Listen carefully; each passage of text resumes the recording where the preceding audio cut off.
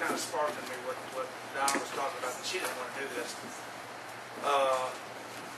any more than I want to do what I'm doing. You know, that we're here, we're doing it, and it reminds me of in the Old Testament. Remember when God tapped Moses on the shoulder, and he says, "Deliver my people," and Moses says, "Not me. I can't speak. I'm a terrible speaker. Give my brother all these such." God says, "No, you're the man." And Moses says, "Here I am."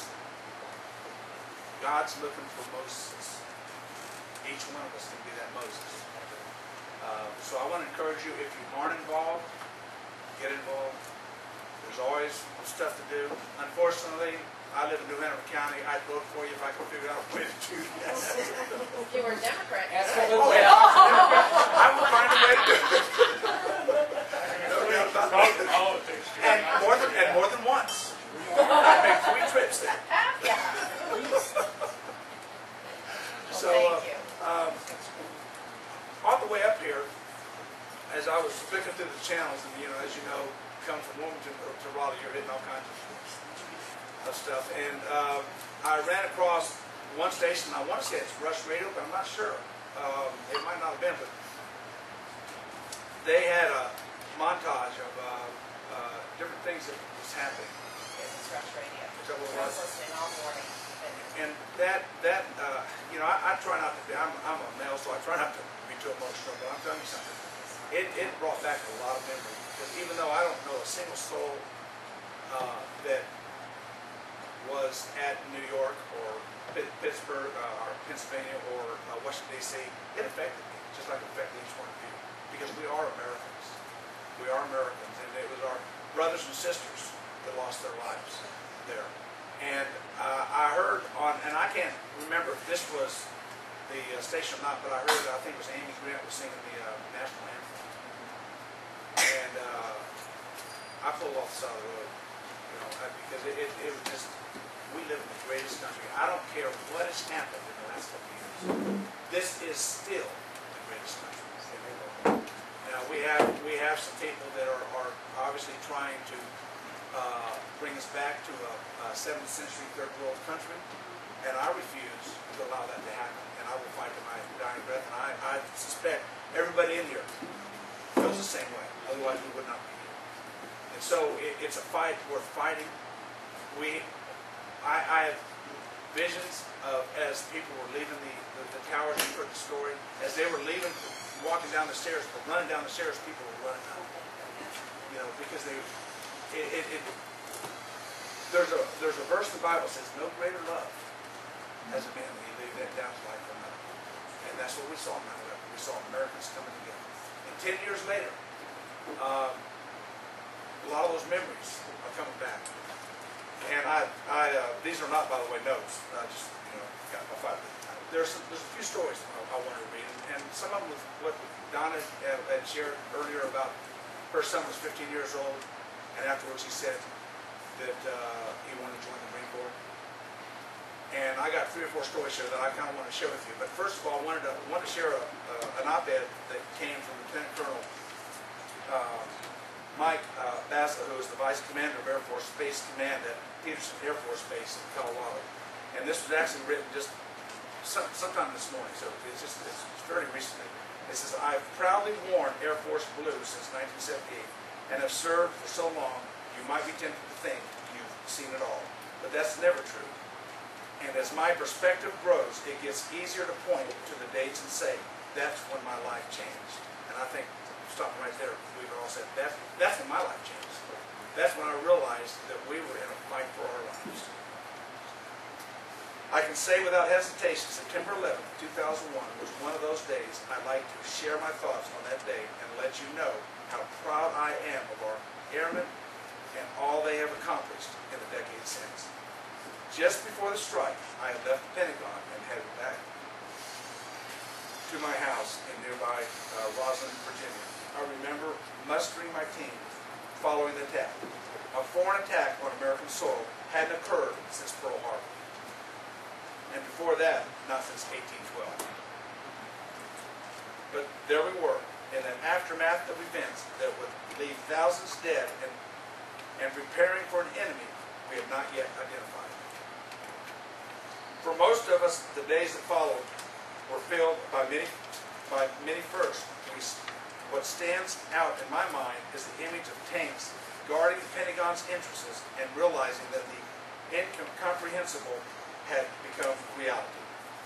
We rapidly augmented command centers and watch cells. The increase in activity was demanding. But when Defense Secretary Rumsfeld told us the Pentagon will stay open, I knew we would prevail. That day galvanized our force, from four-star general to the most junior airman. The threat was clear, and there was no doubt in my mind that my fellow airmen and I would be asked to deliver all we had trained for. Since then, wars in Iraq and Afghanistan had continually called on our sons and daughters, and they have responded supremely, leaving many empty chairs back home, some permanently. A month after the attacks, I attended a ceremony with families of those we lost at the Pentagon and jotted my emotions on the back of a program. Grief for the fallen and empathy for their loved ones. Frustration that I couldn't do more to help, but resolute to hold accountable those responsible. Sadness knowing the healing process would be difficult, but also pride in the American will to overcome adversity.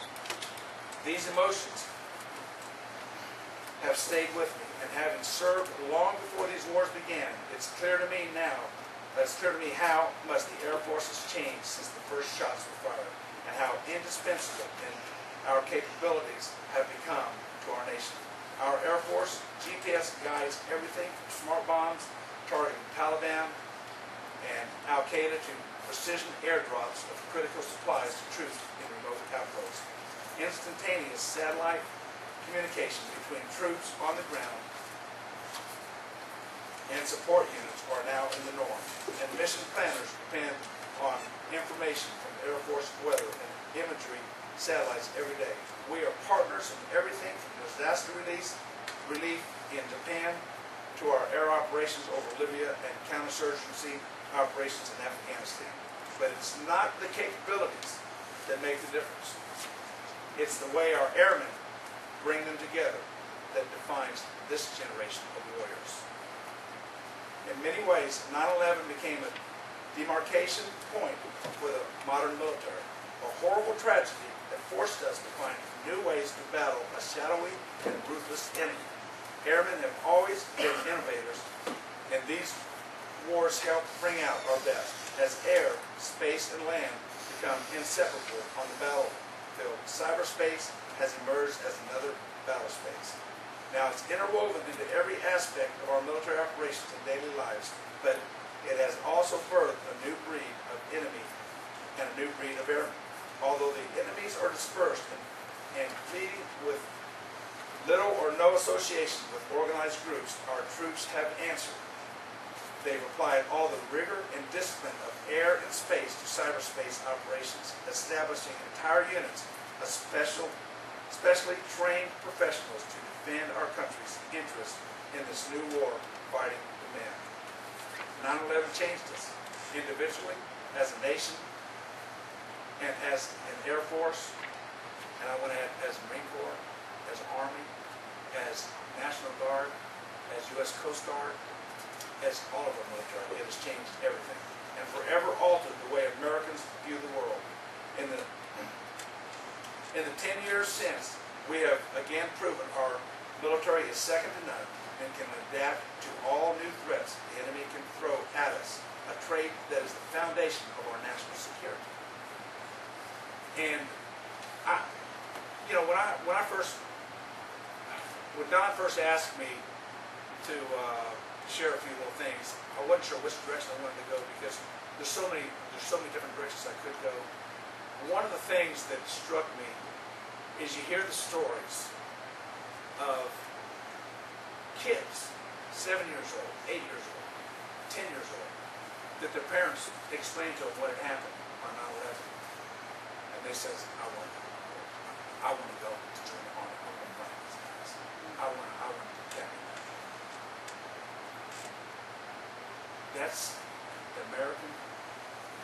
That's America I love. There's no greater country in this world. I pulled up an article that, and I did some copying and stuff and found different things here. Here's one case. Casey Owens remembers this about 9/11, 2001. He was home from school sick, lying in his mom's bed and watching cartoons on TV. He was 7 years old. The phone rang and Owens' mom changed the channel to a news station. Twin Towers were burning in New York, some 750 miles from the family's South Carolina home. Owens' mom started crying. I was worried because my mom was worried, he said. I was scared. She said there might be a war coming to the U.S. I just wanted to watch cartoons again. A decade later, Owens sits in an Army recruiting office in an eastern South Carolina strip mall with his mother. When he graduates from high school, the 17-year-old will go to boot camp next June. The September 11th attacks, he said, were his inspiration. He said, that's one of the main reasons I want to go to the military, he said, to help fight for freedom and make sure it doesn't happen again. Then, 10 years ago, here's another fellow who was in the 5th grade. His dad pulled him out of school after the first phone hit, after the first plane hit, and Freeman remembers being confused because all the grown-ups were crying and stone-faced. It didn't really click in my head that it was a catastrophe, he said. A few days later, after his parents and teachers explained what had happened, Freeman made a promise to himself to join the military. As he grew older, he learned more about Al-Qaeda and terrorism, and his resolve to enlist grew stronger. 9/11 brought me closer to my country, said Freeman. It showed me the door to the Marine Corps.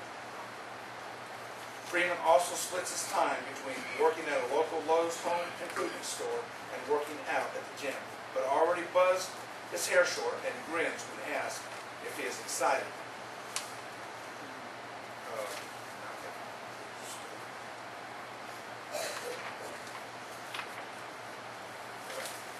Excited about going into basic training in February. He knows that by this time next year, he could be facing combat in Afghanistan or Iraq. Whatever happens, happens, said Freeman. I'm not going to be afraid of it. George Walker, an 18-year-old from Savannah, Georgia, has thought about September 11th a lot over the years. His uncle was killed that day while working in the World Trade Center, and he remembers the long, sad drive to New York to attend his uncle's funeral. 9/11 was pretty much everywhere when I was growing up, said Walker. When he was 13, he decided he wanted to be a Marine. Military recruitment did not surge in the years after September 11th. It actually went down. But you have, the Marine Corps, and me being a former Marine, they have a model. It's the few, the proud. We aren't looking for everybody, but we're looking for a few that are going to stand up and defend this country. And the men and women that stood up this afternoon were among those. Whether it was in 9/11, World War II, Vietnam. I'm a Vietnam vet. Never saw combat. I was fortunate. As a matter of fact, I remember telling my dad, I said, Dad, I want to join the Marine Corps because I want to die for my country. That's a 17-year-old mindset, And I remember my dad saying, I believe he got it out of the Patton movie, he says, son, you don't want to die for your country. That other guy died for his. That was a pretty good wisdom. So these young men and women aren't joining so they can die for their country, but they want to defend yours and my freedom. And our freedom right now is under attack, internally and externally. And you and I can do something about the internal attack. The Marines, the Navy men, the Air Force, the National Guard, the U.S. Coast Guard, they can do something about the external attack. And that's what defines America. So I want to encourage you, I'm going to stop right there. If you aren't involved, get involved. Be that Moses. Be that Moses for your country, for your God.